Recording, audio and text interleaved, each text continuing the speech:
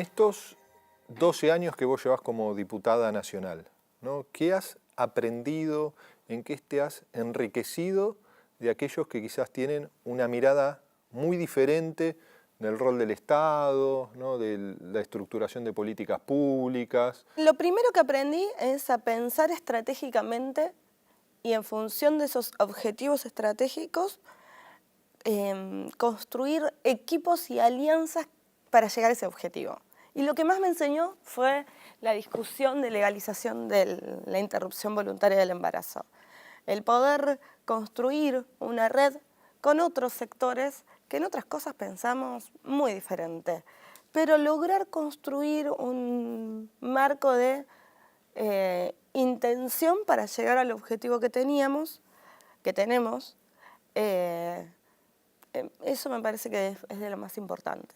Ahora, ¿por qué es tan difícil llevar esos consensos profundos para acordar, por ejemplo, qué Estado necesita la Argentina para transitar un proceso de desarrollo y no vivir estos vaivenes? Porque es un tema central, pero que tiene que ver con cómo administrar la riqueza. Entonces, cuando vos tenés sectores económicos en pugna muy violentamente, es lógico que ese péndulo, que debería ser correrse un poquito para acá, un poquito para allá, pero no irse todo para un lado, se corra todo para ese costado. Nosotros tenemos que tratar de construir un sistema político donde estén toda esa diversidad de miradas representadas y que pueda oscilar en un marco razonable de estabilidad. Esa estabilidad del sistema político es lo que todavía no conseguimos. Y porque este gobierno responde, si vos mirás su gabinete, no voy a decir Macri es la dictadura, porque la dictadura es la dictadura.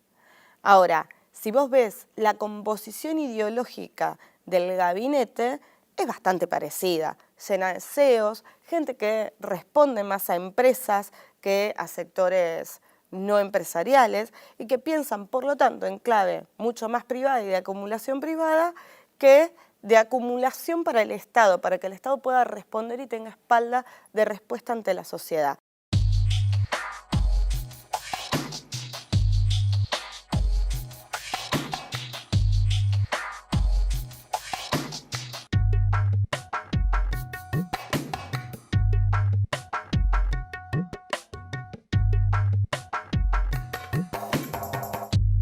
¿Por qué pensás que muchas veces la sociedad argentina pone las utopías en el pasado? En tu libro, Mitomanías de la Educación, lo decís claramente, ¿no? La sociedad mira la educación del pasado como esa educación que construyó esa supuesta Argentina grande y mira siempre con mucha crítica los distintos momentos del presente, ¿no? Bueno, si uno quiere buscar causas más bien económicas o estructurales, se puede encontrar una causa que es que a partir de 1976 específicamente hubo una maquinaria de destrucción de la economía argentina y de los derechos sociales y la Argentina entró en una etapa muy trágica, digamos, por lo menos por 25 años, ¿no? Pero me parece que no es solo eso, sino que hay lo que yo llamo, digamos, una mirada decadentista, una idea de que hay una decadencia nacional. Solo que nadie está de acuerdo cuándo fue la época de oro, ¿no? Porque para algunos, y hay muchos historiadores y muchas personas que piensan eso, la época de oro habría sido los primeros años del siglo XX, cuando la Argentina supuestamente era el granero del mundo, cuando era no sé qué número de potencia económica mundial, solo que en esa época creo que nadie se acuerda que no existía el sufragio universal, no se podía votar, no había libertad para los partidos políticos, no había democracia en la Argentina, ¿no? O sea, esa mirada está centrada en idealizar el primer centenario, ¿no? 1910, que era un escenario de proscripción, de mucha exclusión social. Y que fue también un momento de mucha violencia política. Mucha violencia.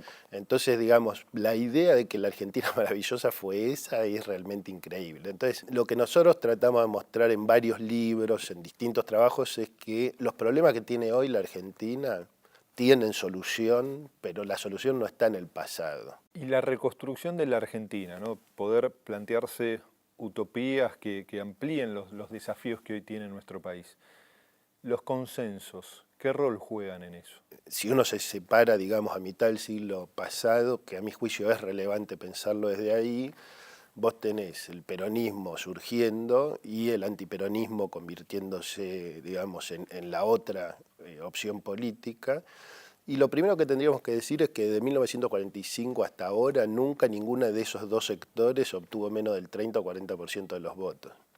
¿Qué quiere decir eso? Que, digamos, mientras que para los antiperonistas el peronismo era una aberración que un día debería terminar y así se iban a solucionar los problemas en la Argentina, para el peronismo de esa época, el peronismo era el pueblo entero de la nación y lo que no entraba ahí era la oligarquía, que nunca puede ser el 5 o el 10% de un país y mucho menos el 30 o el 40%. Entonces, lo primero que hay que hacer es decir, mira, la sociedad en la que vivimos es plural. No podemos seguir pensándolo como se pensó a mitad del siglo XX, que era no hay lugar para los dos.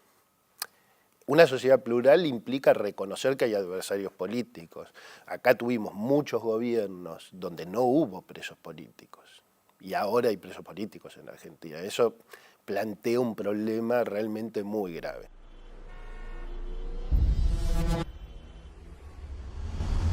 ¿Qué justicia necesita o se merece nuestra democracia para que la justicia sea un factor de distribución de equidad, ¿no? De búsqueda de la verdad y no de el conflicto entre distintos sectores políticos como se vislumbra que ha sido la Argentina en los últimos 30 años? Vamos a hablar del Poder Judicial, porque hablar de justicia es hablar de justicia.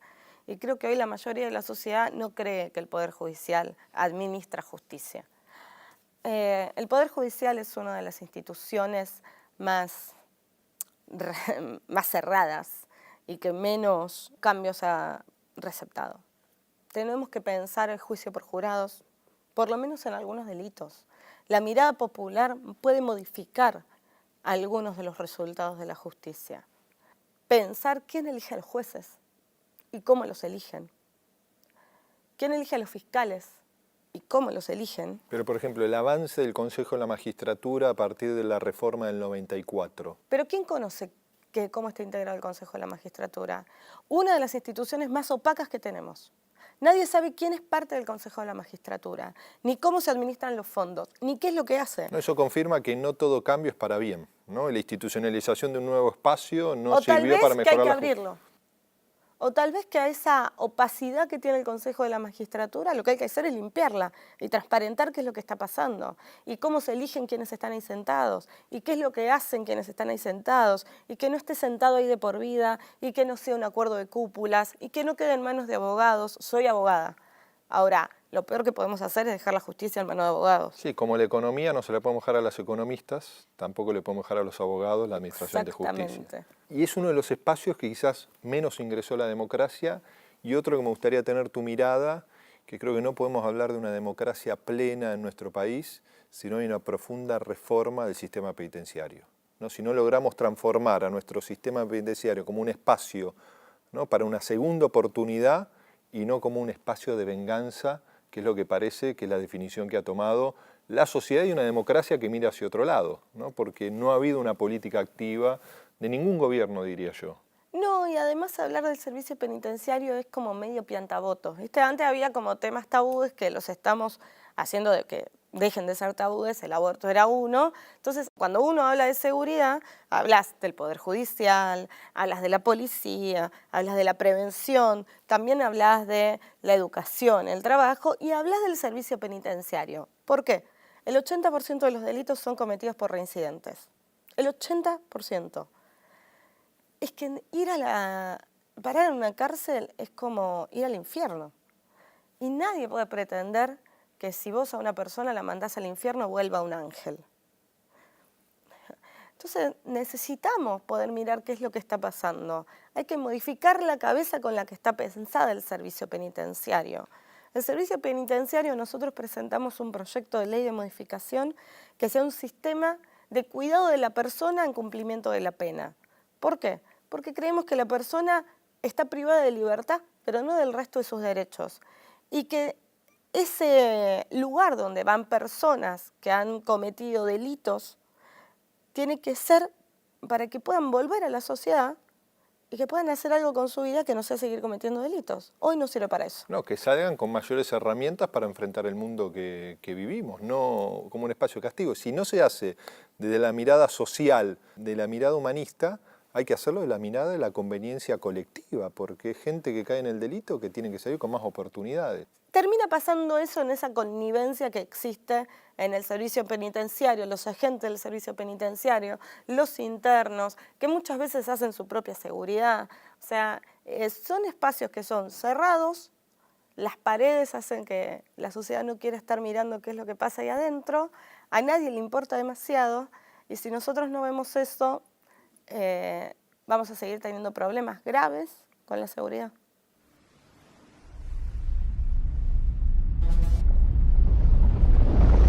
¿Qué margen hay para construir consensos que permitan un esquema de desarrollo, ¿no? Y que no sean consensos que excluyan, ¿no?, a los que no tienen voz, como ha pasado muchas veces en nuestro país?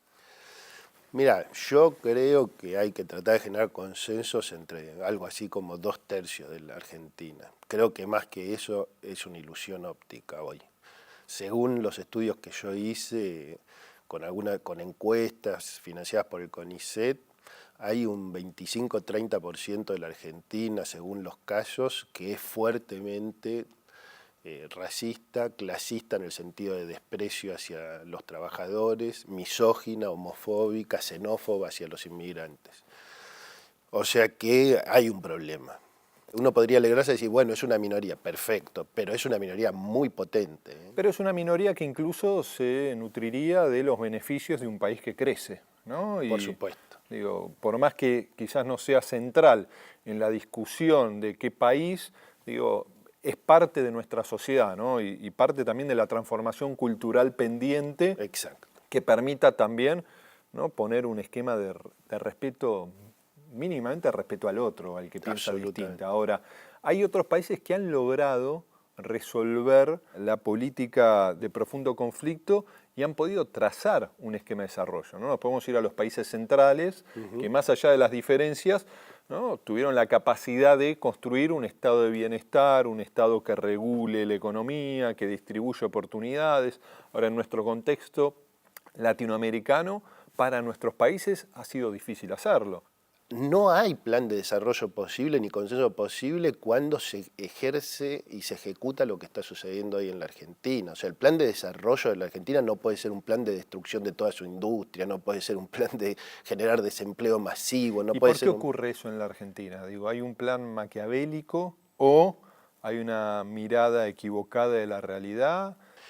Creo que, digamos, desde aquellos que pensamos que tiene que haber un desarrollo nacional con inclusión, y que no es lo que está sucediendo ahora, tenemos que cambiar la manera en la cual tendemos a dividir la sociedad. Es decir, porque la construcción de una fuerza popular como si fuera una totalidad, sin reconocer la existencia de ese otro, sin reconocer que ese otro puede ganar elecciones si vos haces ciertas cosas equivocadamente, si vos no asumís ciertas demandas de la sociedad, por ejemplo, en términos de seguridad. Por ejemplo, creer que las demandas de seguridad de la sociedad son de derecha es un grave error político que se ha cometido. Y que tiende a dividir mal a la sociedad, ¿no? Porque entonces lo único que aparece como solución para esa demanda es el punitivismo que todos consideramos que viola los derechos humanos, obviamente. No, y que no resuelve el problema de fondo. Y además. no resuelve en absoluto el problema de fondo. Lo mismo pasa con el tema corrupción, digamos. La lucha contra la corrupción es una bandera en el mundo de las fuerzas progresistas. ¿Por qué? Porque la lógica del capitalismo financiero y de las patrias contratistas en el mundo es una lógica de corrupción. Entonces, cuando las fuerzas neoliberales se apropian de la bandera de lucha contra la corrupción, no solamente es cinismo de parte de ellos, que obviamente que lo es, sino que también implica errores políticos del otro lado, ¿no? ¿Hay posibilidades de un resurgir de estas expresiones progresistas, de cambio, populares en América Latina? Bueno, la primera pregunta en algunos casos es si va a haber reglas electorales claras y transparentes, porque tenemos a Lula proscripto en el principal país de América Latina, ¿no? Y eso, como los argentinos ya lo vivimos, porque acá lo peor que le pasó a este país fue la proscripción de Perón y del peronismo por 18 años, porque eso es la antesala del 76, ¿no? El 76 no surge de la nada. La antesala del 76 son 18 años de proscripción. Entonces, cuando yo lo veo a Lula preso, y cuando yo veo que cada presidente que abandona su cargo va preso, digamos, porque Correa no puede volver a su país, estamos todos locos. Si Evo pierde, también lo van a meter preso. A Cristina no la meten presa por una casualidad prácticamente. O sea, ¿qué es esto?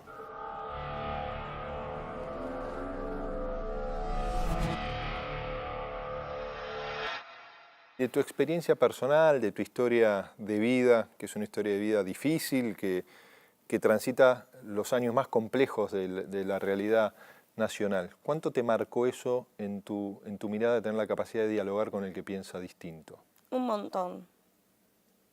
Un montón. Mira, yo decidí,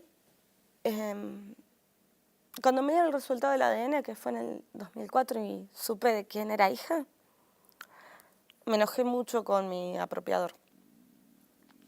Y después a los días decidí desenojarme porque me habían criado con amor y bueno.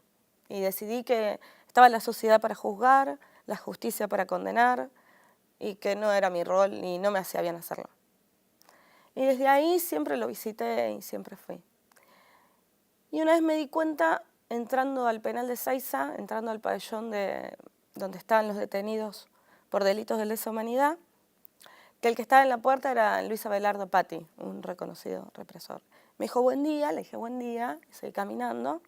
Dije, si yo le puedo decir buen día a este hombre, puedo hablar con cualquiera. Yo puedo hablar con cualquiera, puedo entender determinadas situaciones.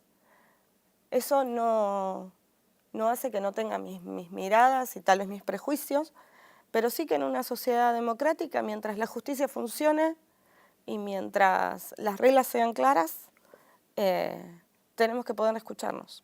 Y en esta Argentina, ¿no?, que muchas veces, y a lo largo de la historia, se habla que nuestra democracia no tiene la capacidad de construir los consensos, pero muchas veces Argentina construyó consensos que excluía a los invisibilizados de siempre, ¿no? A los sectores populares, al sector trabajador. Digo, en esos consensos que se pueden construir, ¿cuál debería ser el rol de los movimientos sociales, de la organización de trabajadores? Es central, porque son el motor del cambio. El motor del cambio en una sociedad son siempre los extremos de ajuste. Los jóvenes, los trabajadores, formales e informales. Ese es el motor de cambio. Y también desde la política hay que aprender a tener un diálogo con esos movimientos diferentes. Yo la comparo con un ascensor. Ponele que vos querés ir del piso de planta baja al piso número 10. Y ese es el avance, esa es la medida de avance. Si vos llegás al quinto y el ascensor se para, no queda ahí. O va para arriba o para abajo, pero ahí no queda. Y para ir para arriba necesitas un motor.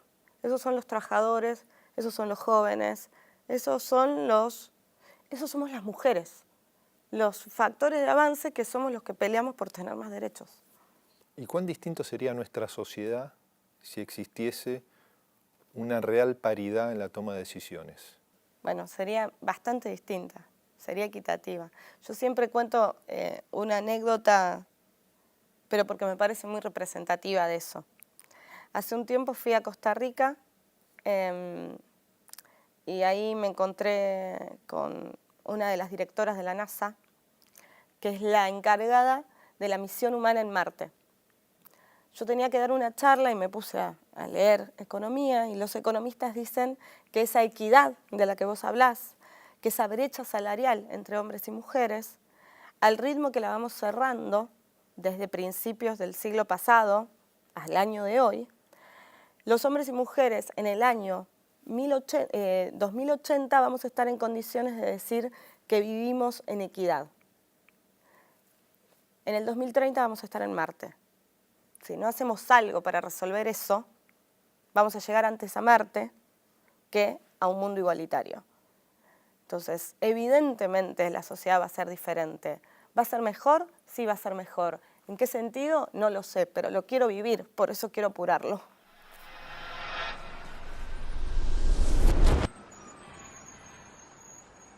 Y esta grieta, ¿no?, que muchos piensan o definen como un mal argentino, ¿es exclusivo de nuestro país o es algo que ronda todo el mundo? La conflictividad es constitutiva de todas las sociedades y también de todas las sociedades democráticas.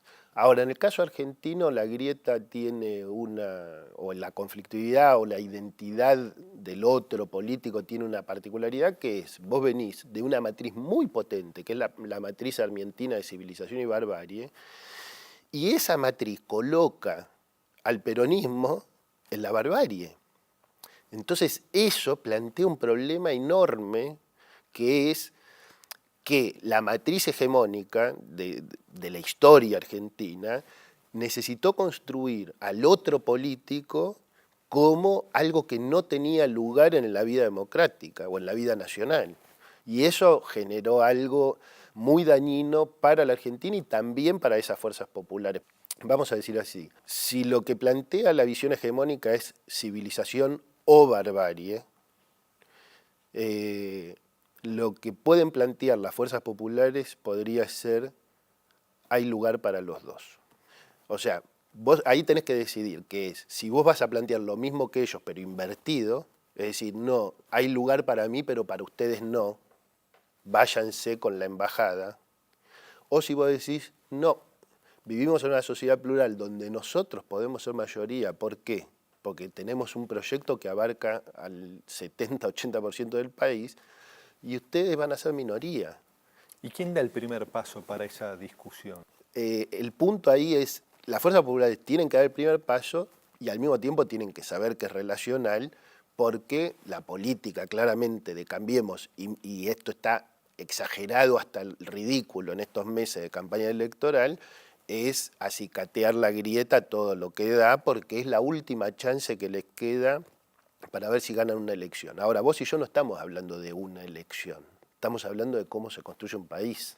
Si la patria es el otro es el subalterno, el desocupado, el que no tiene trabajo, la mujer que fue golpeada, la mujer que no accede a sus derechos, y así sucesivamente, y también es el otro político y el liberal económico. Por supuesto, tienen el proyecto inverso, no tienen un proyecto de una patria soberana, pero la disputa hay que darla, y hay que darla de la mejor manera, porque si no, mirá el riesgo que estamos corriendo. Si no hay alguien o un grupo, un colectivo, una fuerza política potente que dé ese primer paso, no veo que podamos tener el futuro que esta sociedad se merece, ¿no?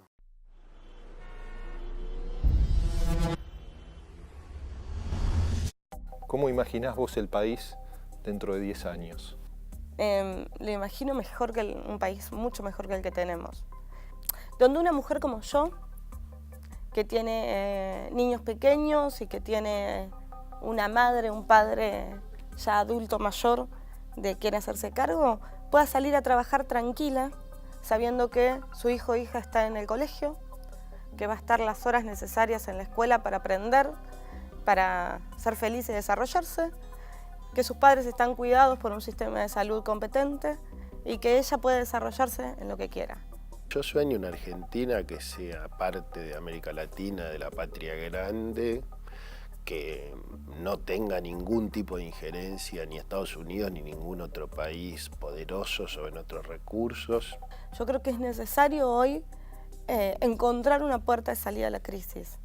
Y creo que esa puerta de salida se construye en unidad. Unidad con diferentes. ¿Y quiénes tienen que estar en esa mesa para poder construir o edificar esa Argentina? Sin lograr que la sociedad se convenza de que la vía democrática es la vía para poder darle sustentabilidad a un plan de desarrollo con inclusión, y que la dirigencia se convenza de que tiene que ser responsable de esa sociedad. No se le puede pedir a la sociedad que piense más en el conjunto si los dirigentes no lo hacen.